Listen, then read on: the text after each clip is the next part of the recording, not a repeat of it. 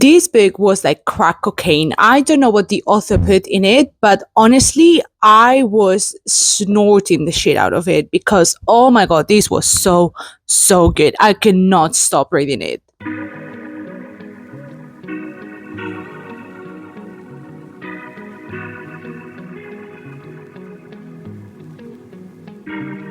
Hello everyone, this is Takestawa Reads, and today I want to review The Seven Husbands of Evelyn Hugo by Taylor Jenkins Reid. And honestly, as I said before, this book is a revelation for me.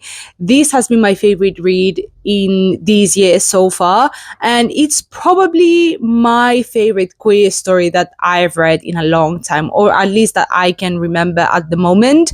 And I fear that this video is going to be so extremely long just because there is so much I want to talk about from this book that I fear I will be yapping here for 2 hours. So good luck in advance for you guys.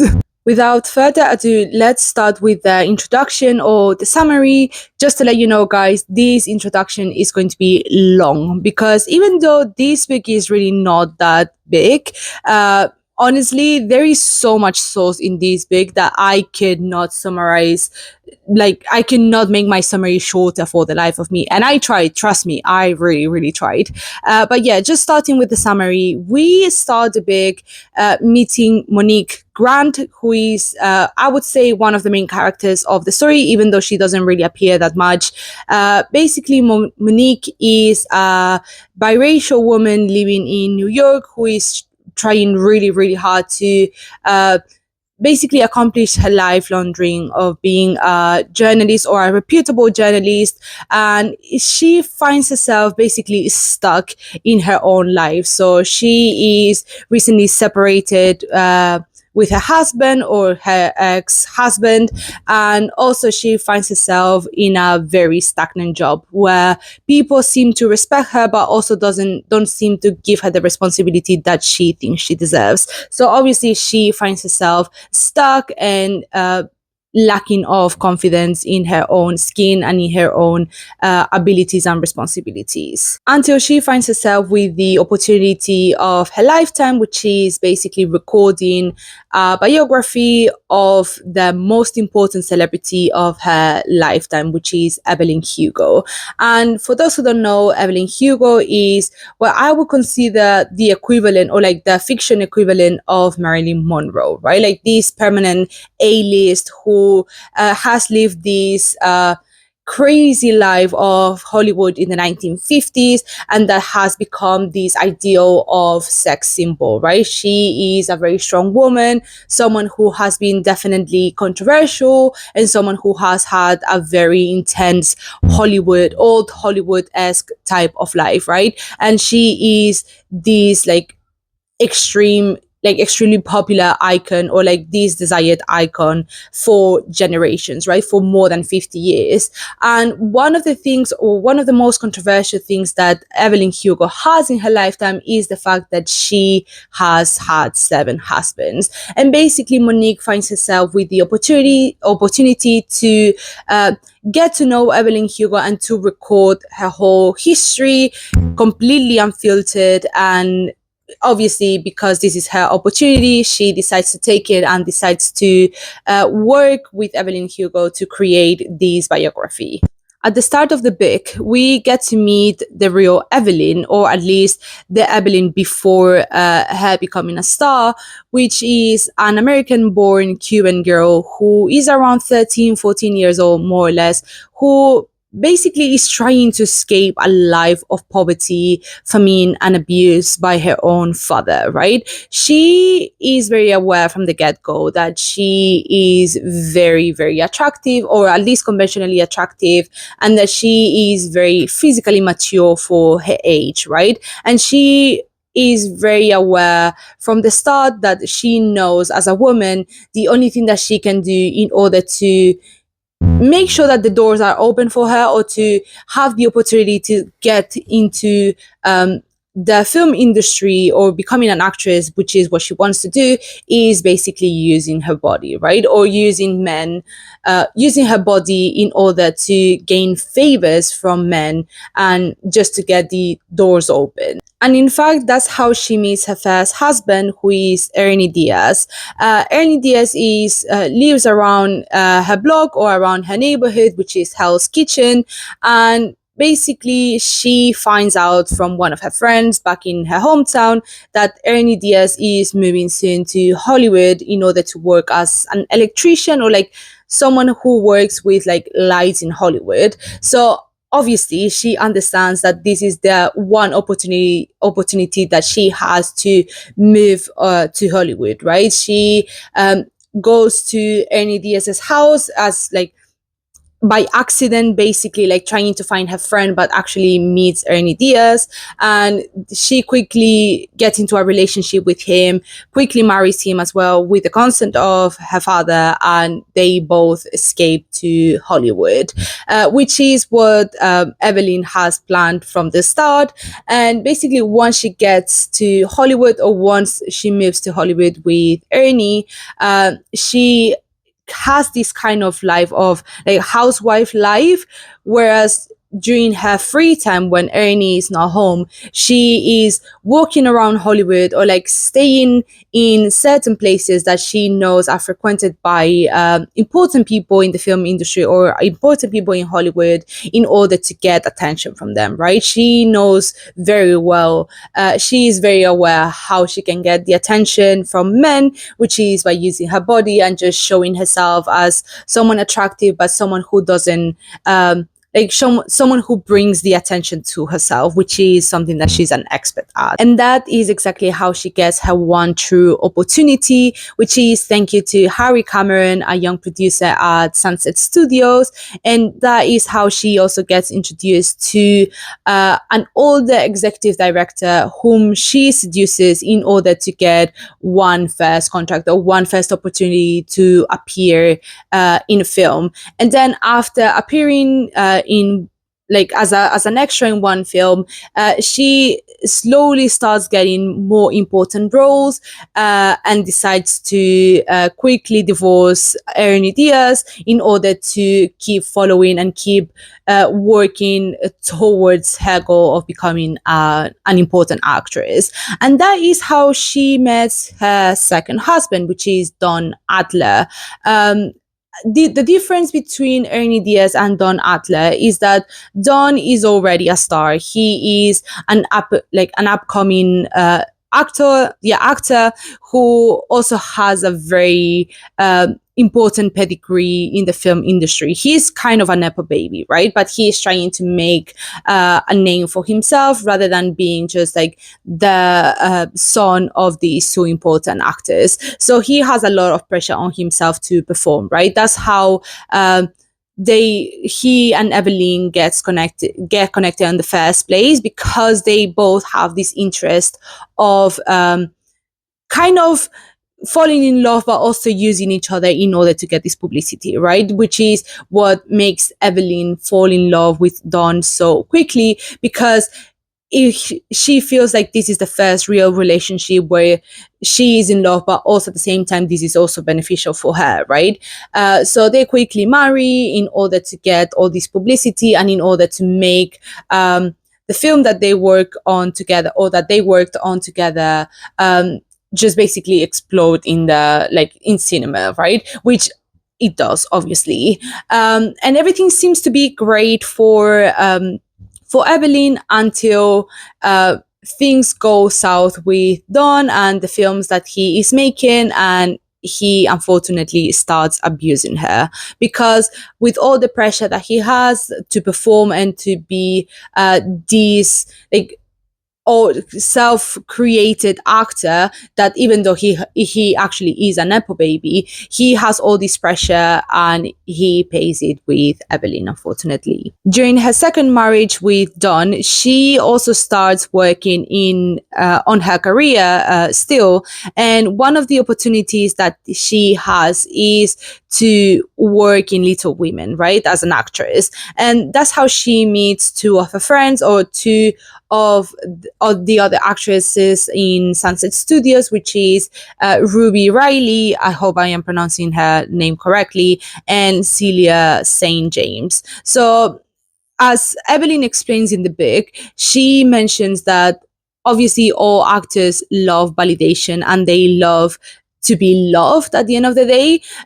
So when she meets other people or other actresses, she tends to feel very insecure and very jealous of the attention that the other actresses are getting, right? Which is something that she feels with Ruby, but especially that she feels with Celia, right? Because even though Ruby is also an upcoming actress like her, they are both, Ruby and Evelyn, they are both very aware that this is happening, right? And they have this sort of, oh, we are friends for the camera type of relationship, whereas at the end of the day, they have this very realistic relationship of, yeah, I would throw you in front of a bus if that meant that I would have the opportunity of a lifetime, right? And she would do the same to me, right?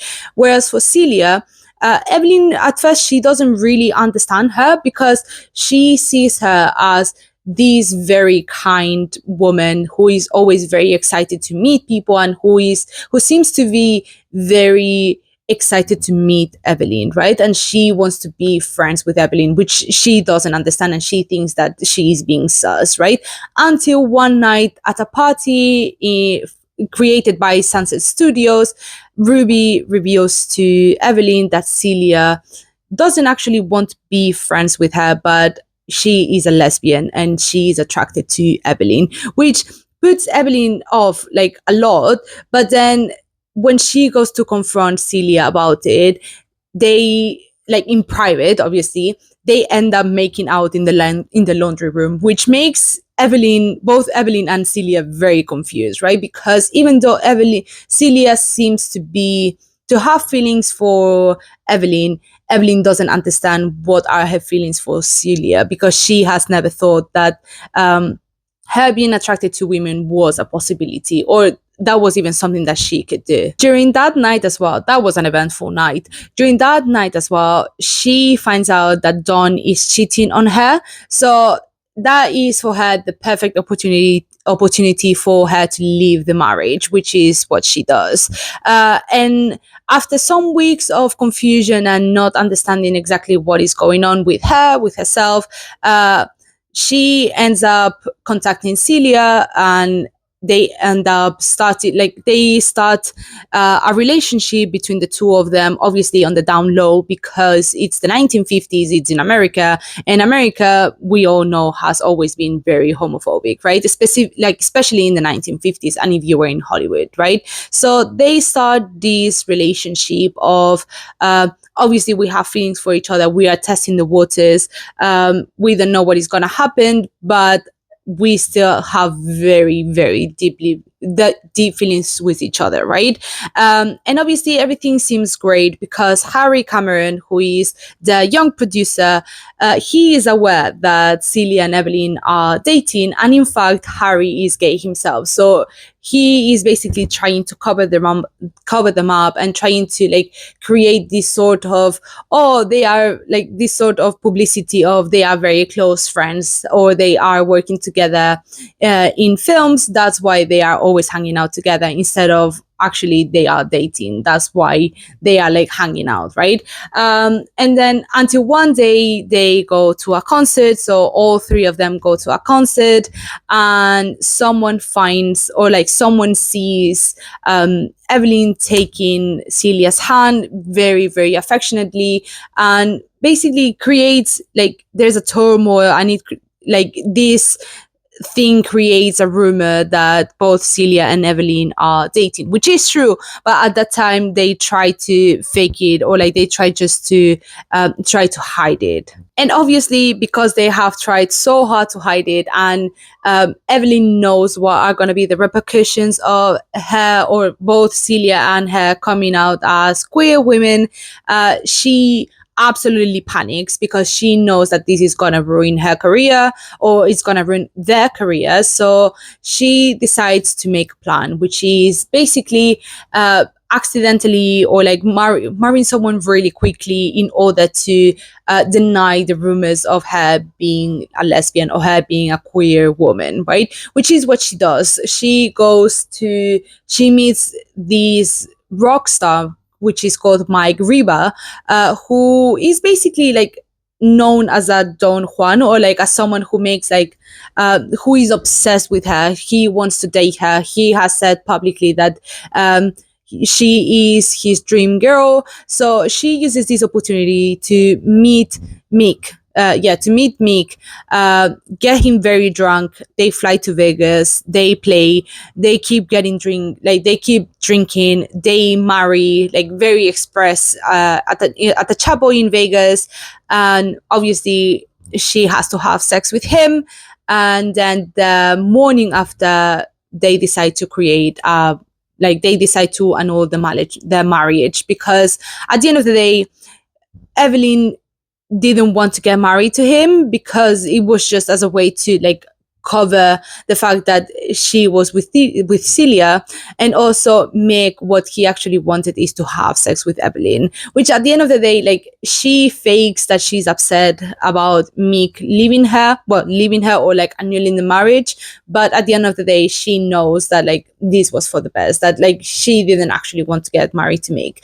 But the problem about this is that this strategy actually backfires, because even though everyone is talking about her getting married with Mick, or like her like the marriage getting annulled, the problem here is that Celia didn't agree with the plan at all, or at least she agreed with her getting married, but she didn't agree with Evelyn having sex with Mick, which is, obviously, I understand that Celia was upset about it, because at the end of the day, I would be fucking pissed if I was Celia, because you are the love of my life and you're having sex with someone else. But also, I understand why Evelyn had to do it, because that's what Mick actually desired and actually was there for. So if she didn't have sex with him, it would be too suspicious, and also it would just not be like, the plan would not go as she actually planned, and it wouldn't be as successful as it actually was. The next marriage, which is marriage number 4, is with Rex North. So Rex is also another actor, another single actor who has this reputation of being like a Don Juan, who is always like fucking other girls and just doing whatever, and like this is tarnishing his he is tarnishing his good reputation. So both Evelyn and Rex decide to marry out of convenience, because they don't really want to get married, but Evelyn understands that she can't really be a single woman, but also at the same time, she's still crashing out about the fact that Celia, her one true love, has left her. So she decides to marry Rex out of convenience and also out of publicity. And I think they live like happily together for like 6 years. Obviously, like they do their own things. She doesn't want to be involved with him. So they marry and they stay together for like a decade, more or less, or like almost a decade, until Rex falls in love, gets someone pregnant, and then they decide to divorce. But Evelyn, obviously being the incredibly amazing, smart woman that she is, she decides to basically be the one, or like the enemy of the story, by saying that they are actually breaking up, or they are divorcing, because she is having an affair with Harry Cameron, who is the young producer at Sunset Studios, who actually accepted her and who gave her the opportunity, and that is also gay. So you could ask me, wait, hold on, why is she marrying Harry Cameron, taking into account that he is gay? Well, it's because the plot thickens. So after not speaking with each other for like 10 years or something like that, Evelyn and Celia end up reconciliating, and basically Celia is now married to John, who is like an NFL star player, but who is also gay. So basically they create this whole like they are each other's beards, right? Like they create this whole system of Celia is married to John, and then Evelyn is married to Harry, but actually Celia is with Evelyn and John is with Harry. So they literally live like they get two houses in the same street and in the same street, but Harry lives with Evelyn but sleeps with John's house, and then Celia is married with John, well, is married to John, but actually lives in Evelyn's house. So basically, it's like polyamory, but make it gay, right? So they are each other's beards and they live happily for like, I think 20 years or something like that. No, 15 years or something. Even, for example, Harry and Evelyn decide to have a child because that's something that they have always desired. Even though they are not lovers. They just decide to have sex in order to have a child. They have a child who is called Connor. So she gets born and she is called Connor by Evelyn. And they all four decide to co-parent in a very cute way. I really enjoyed the fact that they all four decided to just be together and just they created like these incredibly strong bond, right? And I genuinely hope that like they stay together. But unfortunately, after Evelyn giving birth to Connor, she finds herself struggling to find a role, right? Because obviously, Evelyn is this like sort of sex symbol that is like very sexually attractive. She's like this demoness, right? Like this succubus. But after her giving birth, she suddenly becomes a mother, right? Like she feels like she doesn't have what it takes to keep being this sex symbol, right? But she's trying to prove everyone wrong. She's saying like, no, no, no. I know exactly who I am. I know what sells, and I know that I can make it work, even if I have a child, right? So she decides to work with this director who is called Max Girard. I think that's the name of the director. But yeah, she decides to give an opportunity to this director and create a very mature sort of film with who was her second husband or her second ex-husband, Don, who apparently has completely changed. Right now, he's like this changed man who stopped drinking, who stopped abusing people, and he apologizes to her, and they create this film, this very mature, sexually active film. And unfortunately, Celia doesn't really agree with her having this sort of relationship with Don, even though obviously it's acting. She still doesn't feel secure in her relationship with Evelyn, so they decide to unfortunately break it off, which broke my heart. Because Celia decides to leave Evelyn, obviously this unbreakable bond between the four of them unfortunately breaks. So Celia basically divorces John, and Harry divorces Evelyn, or like they also divorce, both couples divorce basically. And she finds herself falling in sort of in love with Max Girard, which is the director, but quickly realizes that he loves her for her body, or for the status that she gives him, right? In the sense of he loves her, or like loves her body, loves the fact that she is with him, and the status that it gives him, and the power, and like the sort of, look, I have this like incredible amazing woman over here like next to me, and like I have her in my bed and you don't, right? That's exactly the sort of vibe that Max is giving. But at the end of the day, she doesn't really like she can really be bothered, so she still is in this marriage with him, right? Until Harry has a very unfortunate car accident where he passes away after drunk driving, and that connects Evelyn with Celia again.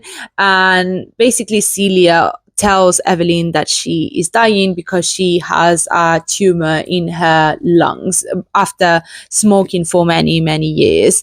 And that reconnects them because of their love for John and their love for Harry, and obviously because Evelyn and her daughter Connor are really, really struggling at the moment because of this grief and this loss. So both of them decide to move to Spain in order just to live together and to spend the last years that Celia has just as they were meant to be, right? Just the two of them with Connor, and they decide to use Robert Jameson, who is Celia's brother, as a beard for Evelyn. So Robert would marry Evelyn, and they would just live in Spain, like the four of them, right? And yeah, everything seems to be fine for the last years of Celia until Celia passes away, and then Robert passes away some years after, and unfortunately, Connor passes away as well because of a very aggressive cancer at 39. And that is exactly why Evelyn, decides to do this biography in the first place, because she knows that there is no one alive around her to face the consequences of her telling her truth. At the end of the book, we also find the reasons why Evelyn wanted Monique to write her biography specifically as well. The first reason is because Monique had written a very detailed article in the magazine about suicide, basically explaining or like reasoning that people who wanted to commit suicide, they had all the right to do so, because at the end of the day, people who want to die, or people who are, for example,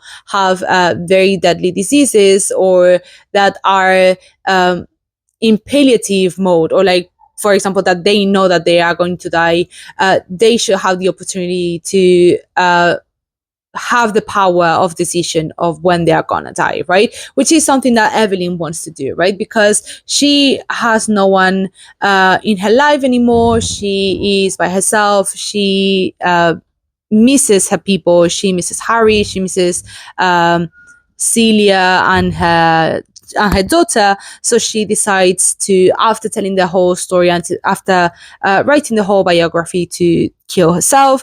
But also because in the car accident where Harry dies, there is someone else. There is a passenger in the car, which is Monique's father. And basically, we find out that Monique's father was a closeted gay man who was in a relationship with Harry after John passes away, and after a night out, Harry decides to drive Monique's father back to his house, but accidentally finds himself in an accident, and they both pass away. So obviously this sends Monique in a spiral, but at the end of the day, she finds the peace of making sort of peace with Evelyn, because she understands that she's a complex character and that she did it to also save her child, to save Connor. Oh my god, guys, I am so sorry. I've been speaking for ages. I'm so sorry. I literally just told you the whole story of the book. But yeah, that is the seven husbands of Evelyn Hugo. But now getting into the discussion, obviously there is a lot that we could talk about, and there is a lot that I want to mention. But the first thing that I have to say is that I completely understand why Evelyn was so paranoid, or like why Evelyn is so paranoid throughout the whole story, right? Because we all know her past, right? Like, and this is something that I'm going to talk in the analysis. But even now, for example, like, we're not even talking about the 1950s, we're talking about 2023, right? Or like 2025. Like, I have data of how the film industry is at the moment with when it comes to diversity and equality, and the numbers are not looking good, pal. Because like I have data from 2023, keep in mind, not 2025, but yeah, I don't think these numbers change that much. But basically, like if we look and at how the film industry is right now, we see that only 24% of directors, writers, and producers are women. So we're saying that 74% of those, or at least around 74, are men. So it's a very, very male dominated industry.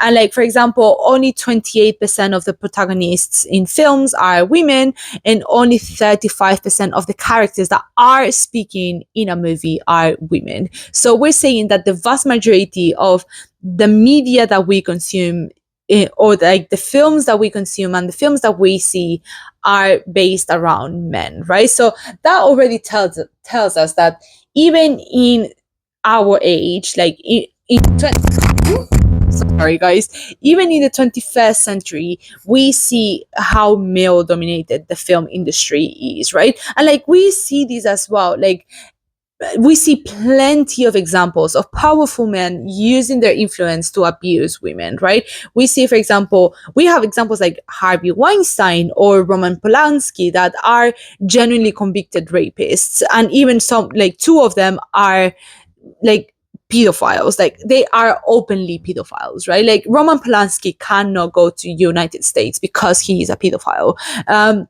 Or for example, we have other less extreme examples, and we see how female actresses have been blacklisted or have been put in a timeout because they were critiquing their directors. For example, Catherine Hugo was blacklisted by Seth Rogen, and Megan Fox was blacklisted by Steven Spielberg after critiquing their work culture or their art for being misogynistic.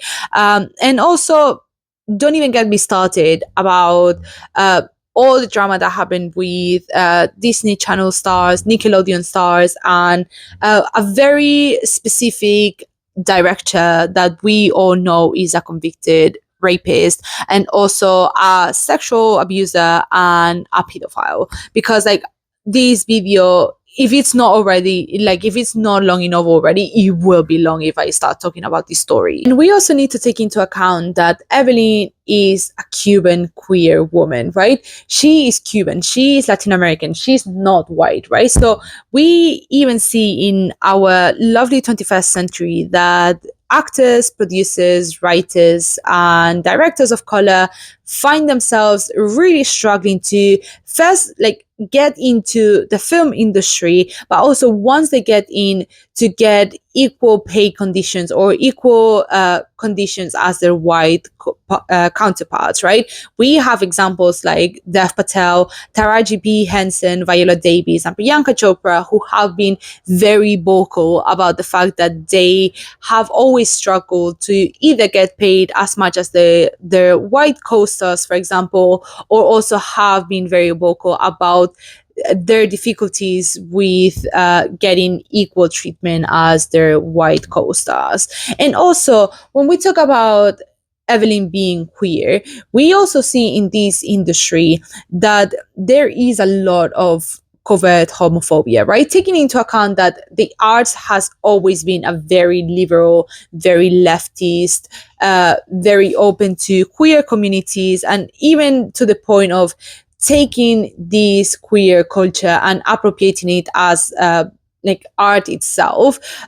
We see that casting directors, for example, they tend to have negative biases towards queer people. So let's say, for example, if you're trying to cast a straight man for a role, they will be biased against gay men for whatever reason.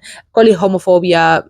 I would just call it homophobia at the end of the day. But also we see straight up bad representations of LGBTIQ plus themes in filmography, right? We see very badly written representations of queer relationships or what is the reality of queer people at the end of the day. Now, finally, getting into the analysis, I want to preface this by saying that I don't believe that Evelyn is perfect, nowhere near perfect. And I think, in fact, she is a very greatly flawed character, which makes me love her even more, because I really like the fact that she is very messy, but also at the same time that she is very fiercely flawed.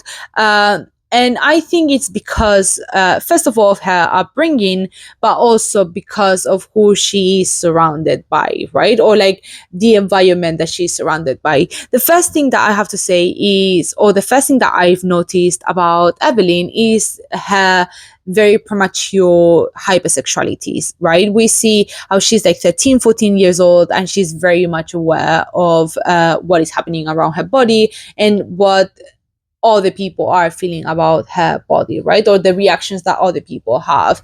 Like, she's very overly sexual, even though she's a child. She's literally a child when she has her first sexual encounters.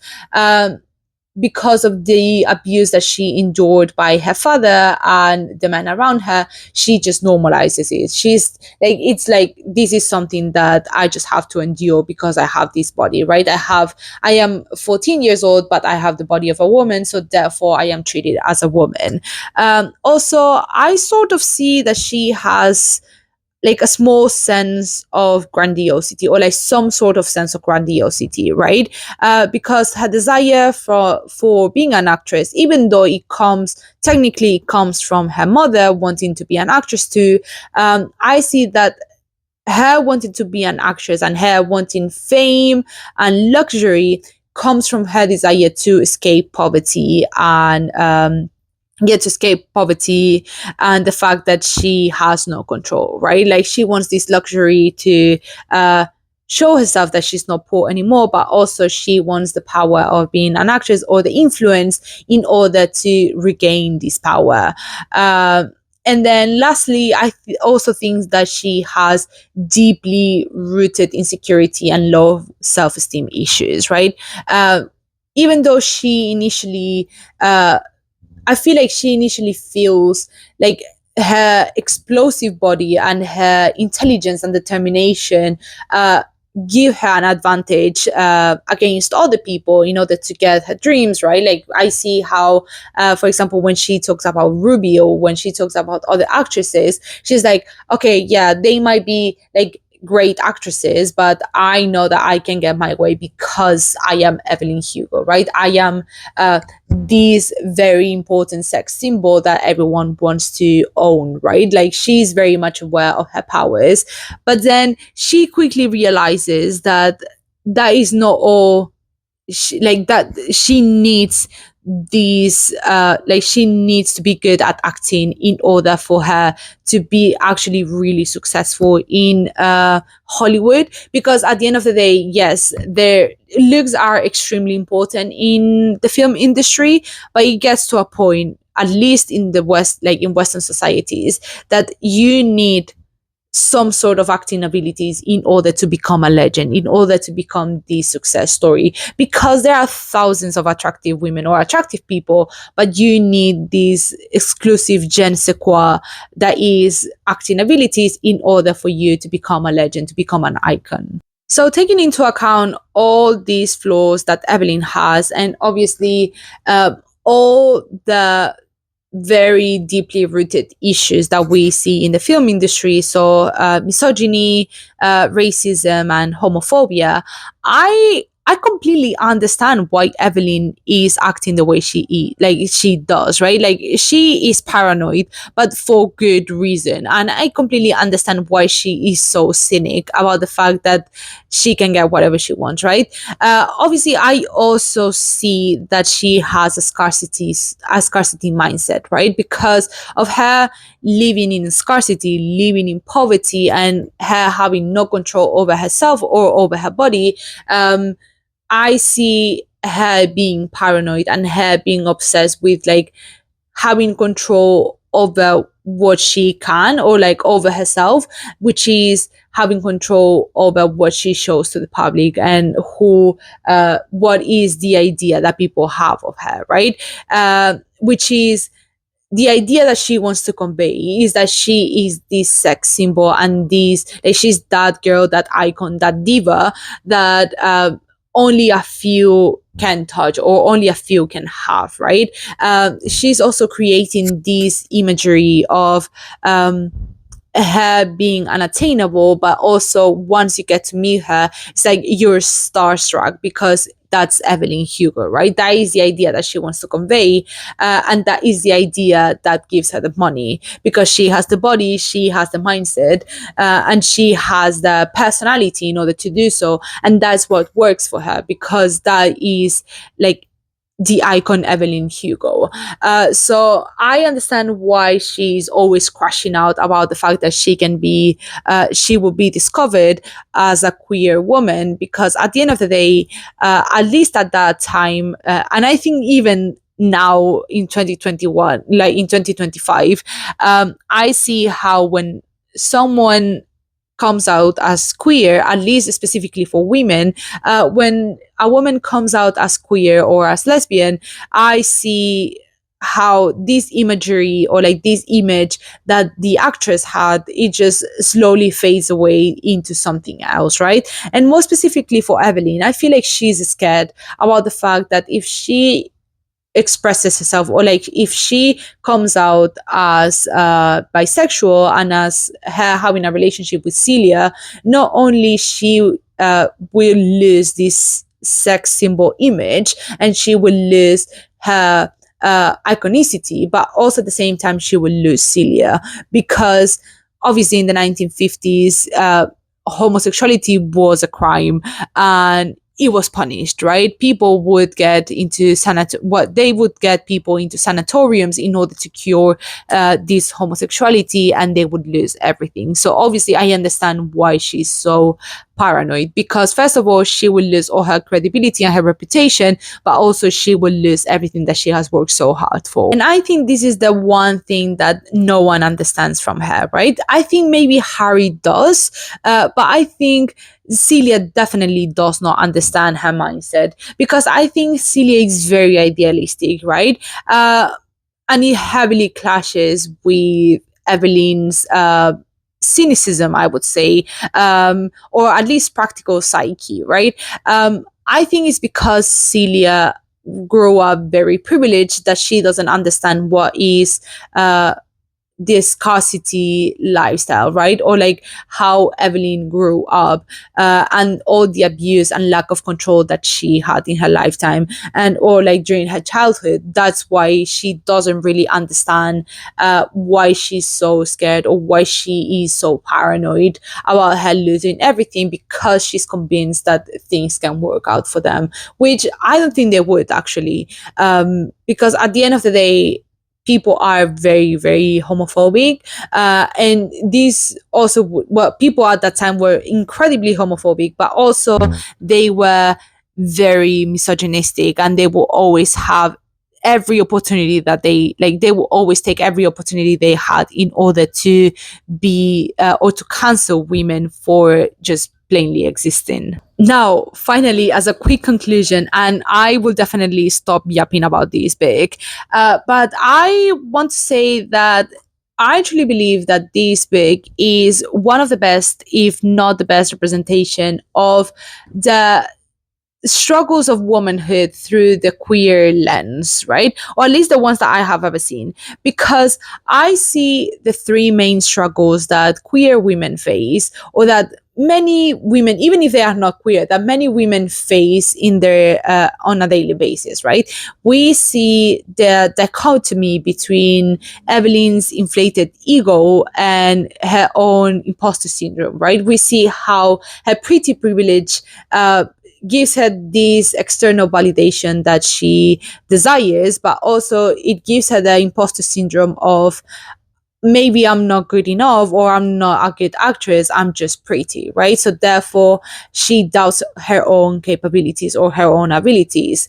I also see this struggle with heteronormativity, where obviously, as I explained before, Evelyn really struggles with showing herself as a queer woman or as a bisexual woman, because she knows that the moment she says she's in love with Celia or that she's attracted to women, a lot of men will stop desiring her or will stop seeing her as a sex symbol because they suddenly cannot possess her, right? And then she will lose this privilege that she has, or this power that she has over men, which is something that a lot of queer women experience. And this is a very real reality that we all face, right? And then finally, I think the one thing that I haven't seen a lot of people mention about this, or about this book in general, is the fact it's one thing that all women face. Like every single woman that I have a relationship with, so with my mother, for example, my sister, or my girlfriends, we all struggle with identifying what we want, and also with deciding our paths, right? So how I see it is that Evelyn struggles throughout the whole book uh, regarding what she wants, or in picking what she can have, right? Like, does she want this very important career? Does she want the stardom? Does she want to be an icon and a legend? Or does she want to be with Celia, who is her one true love, right? And I feel like a lot of women find out, like a lot of us find ourselves into these situations where it's like, do I want a family? Do I want to, like, do I decide love, or do I go into my careers? Because for some reason, because in the vast majority of cases, having both is extremely complicated. And if you have both, in the vast majority of cases, you also lose yourself, right? So we find ourselves struggling to decide for our paths. And this is something that Evelyn definitely experiences. And look, at the end of the day, the answers to these questions do not matter at all, because you can have a very clear path that you want to follow. You know all the steps, you have been manifesting it, you have been like working through it for like 15 years. In the snap of fingers, like, life can kick you in the ovaries and completely change your life, right? Like, for example, there are a lot of women that are very career oriented, and then out of nowhere they get pregnant, and then life changes forever, right? It just, that is something that happens more often than not, right? So I think this is what this book has taught me, right? That is like, if you have a burning desire to do something, you have this very clear path, this goal that you know is like your end goal, it doesn't matter what life brings you to your door, or like what life wants you to do.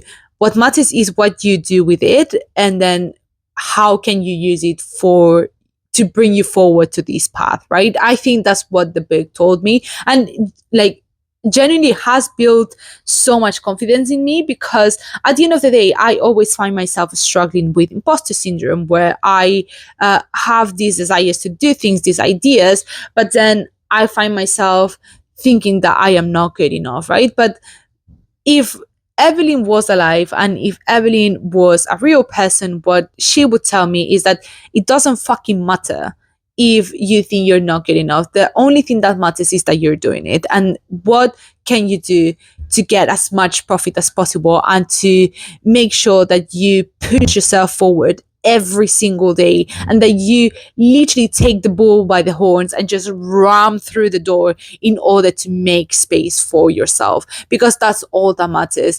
You can only get the things you want if you make yourself, like, you make space for yourself into that thing, and just keep following the path that you very clearly desire. That's all that matters. That's all for today, guys. Thank you so much for watching this video. If you have, like, that's all for today, guys. Thank you so much for watching this video to the end.